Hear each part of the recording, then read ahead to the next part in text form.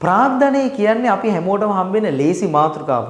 ප්‍රාග්ධනයට උදාහරණ විදියට ඕගොල්ලෝ ලියන්නේ යන්ත්‍ර සූත්‍ර ගොඩනැගිලි වගේ දේවල්.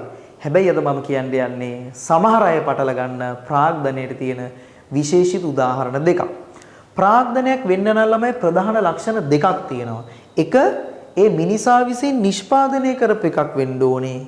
දෙක එම සම්පත වෙනත් භාණ්ඩ හා සේවා නිෂ්පාදනය කරන්න අපි පාවිච්චි කරන දෙයක් වෙන්නත් ඕනේ. ප්‍රාග්ධනයට උදාහරණ ඇහුවම ඕගොල්ලෝ ලියන්නේ මෙන්න මේ වගේ දේවල්නේ. ගොඩනැගිලි, යන්ත්‍ර සූත්‍ර, ප්‍රවාහන උපකරණ මේ වගේ දේවල්නේ. හැබැයි මම අද ඔයාලට කියන්න යන්නේ විශේෂිත උදාහරණ දෙකක්. එක නිෂ්පාදන ක්‍රියාවලිය සඳහා යොදා ගන්න සත්තු.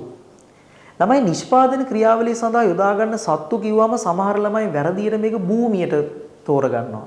හැබැයි හොඳට මතක තියාගන්න නිෂ්පාදන ක්‍රියාවලියට යොදා ගන්න සත්තු කියන එක අදාළ වෙන්නේ ප්‍රාග්ධනයට. එයි මම මේක විශේෂිත උදාහරණයක් කියලා කිව්වේ. සාමාන්‍යයෙන් අපි හිතන් ඉන්නේ විදිහට ප්‍රාග්ධනය කියන්නේ අජීවී දෙයක්නේ.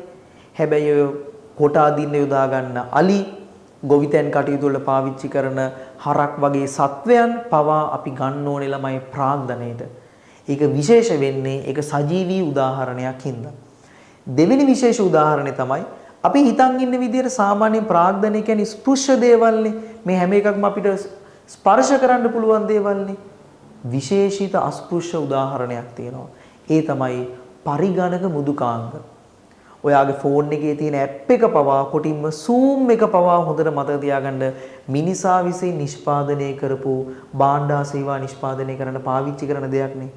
එහෙනම් ගොඩාක් ප්‍රාග්ධනය අජීවී වුණාට නිෂ්පාදන ක්‍රියාවලට යොදා ගන්න සත්තු නම් සජීවී ඒක ප්‍රාග්ධනයක්. ගොඩාක් ප්‍රාග්ධනය ස්පෘශ්‍ය වුණාට පරිගණක මෘදුකාංග කියන්නේ අස්පෘශ්‍ය ප්‍රාග්ධනයක්. ඔන්න ඔය දෙකක් ප්‍රාග්ධනයට උදාහරණයක් විදිහට මතක තියාගන්න. මේ වගේ වීඩියෝ එකකින් අපි ආයි දවසක හම්බෙමු. හැමෝටම අයබෝවන්.